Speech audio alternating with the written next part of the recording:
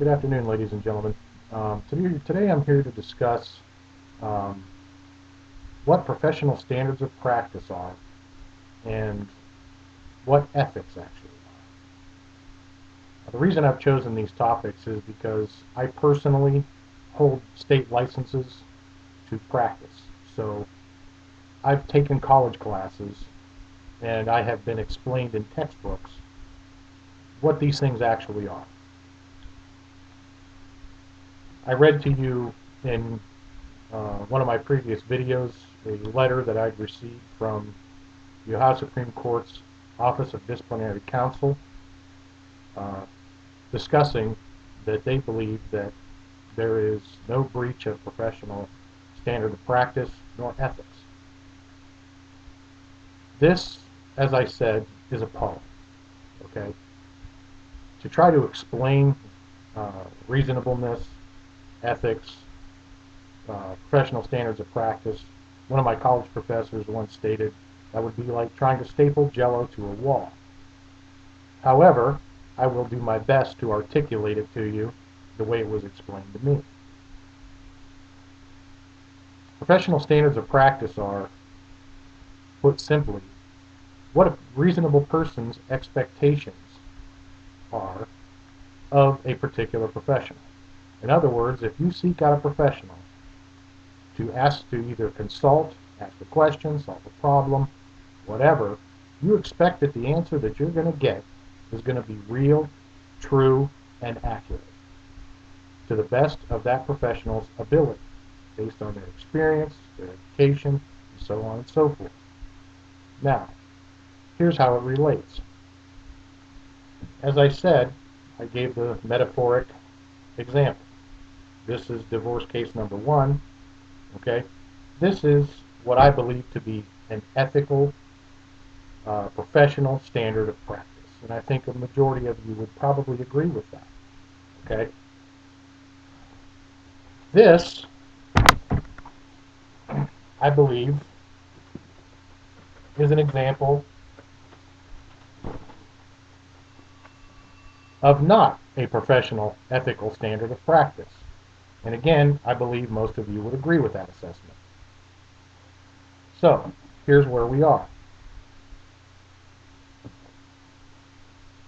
I'm going to call out some names, and these people, they know who they are because they're the ones who wrote this. Scott Drexel, Joe Calgary, Stacy Beckman, Michelle Bowman, Karen Osmond, Catherine Russo, Donald Sheets, Amy Stone, Audrey Borwick, and as I said, Elise Berkey, Gary Rich, Rockland Turner DePiro, Alex Savakis, and yes, even Judge Pamela Rintao. Well, I want you to explain to me what your standard of practice and what you consider to be ethics, because your definition and the definition I was taught in college evidently differ. Okay? Here's another one of my biggest problems. The fact that we even have to have this discussion or have this debate before I can even get into a courtroom to even think about discussing the real issue is where I have a problem. Okay? The box that I just showed you, from where I stand and from what I was taught, that is nothing more than an establishment of intent. That shows me, and probably a majority of other people, exactly what your intent is. Okay?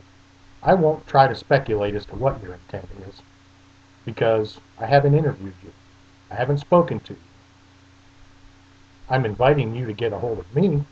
You can do that either through Stephen's Twitter page, which is Stephen Jeffrey 06. You can find him on Facebook. You can get a hold of me through the YouTube page to which this video is posted. I'm also on Facebook. You can find me on Twitter at Dad, that's the name, at 352-6173. Give me your contact information and I'll get a hold of you. Either way, you can find me. You can get a hold of me. You have my contact information, emails, addresses. You have all that. All right? So, here's where we are. If we're talking about the same ethical standard of professional practice that I was taught in college, and that pretty much every other professional out there was taught in college, then we have something to discuss.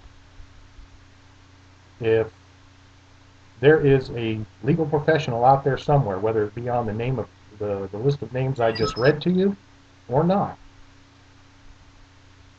I want you to get a hold of me at the contact information I just gave you, because I'd like to discuss it. In the meantime, the fact that we even have to have this discussion, okay, I can't even file a motion to show cause to even get over the threshold of a courtroom door to bring my PhD professional into a courtroom to establish the need for a discussion. Okay, this is supposed to be a fundamental right of everybody that is a citizen of this country.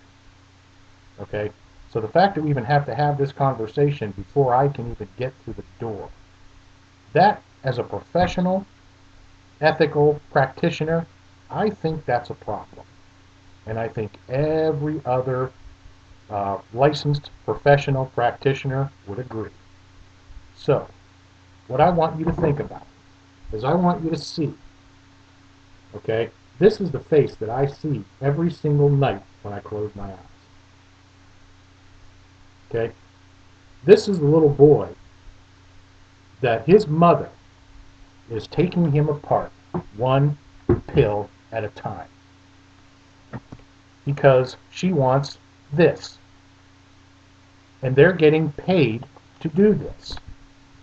And the fact that I even have to have this conversation before I can get over the threshold of a courtroom door to go in and establish the fact is a problem. That is the reason that this contact information exists. That's the reason that I've created this web information. That is the reason for these videos. This little face right here. There is no other reason. Okay? That is the face that I want you to put in your mind every single time you close your eyes. Because guess what? That's the one I see. This is the one I want you to think about when you're thinking about your professional standards of practice, your ethics, what you supposedly consider to be professional behavior. And in so doing, I want you to make a decision. And the decision you need to make is you need to get a hold of me, and we need to discuss this. Now, as far as the particulars of any crimes that you may have committed, that's not for me to decide. That's for a jury to decide. Okay? I'm not a judge. I'm not a jury. I'm a dad wanting to go into court and tell his side of the story to protect his son. I don't think that's an unreasonable request. And I don't think any other parent out there or any other licensed professional practitioner would agree with any of you that that is considered to be unethical or non-professional. I want you to think about that, because that's reality. That's the facts. That's where we are in the right here and the right now. And the fact that I sit down in front of any legal professional and the first words out of his mouth are appeal. Appeal. I mean, we haven't even discussed what's going to happen in court. Their brain goes right to the word appeal, which the process, as I've said, takes up to years. And in the meantime,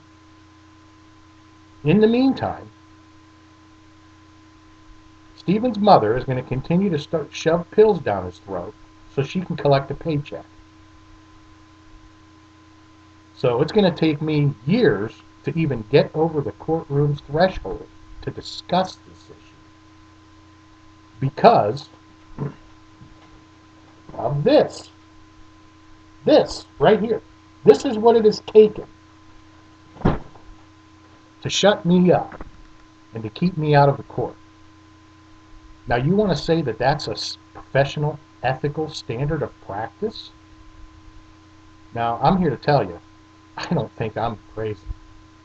I don't think that at all. And I don't think there's one ethical professional out there that believes that I'm crazy. So here's what I believe. I believe that every one of you know exactly what this means. And I'm not even going to even bother to go into it. So this is where we are. And every one of you know it. And I'm calling you out on it. And it's not even going to require an ice bucket. But I'm calling you out on it. So if you consider yourself to be an ethical, professional member of a practicing law firm, independent, whoever, get a hold of me. I'm negotiable. With that, I will say adieu until the next video.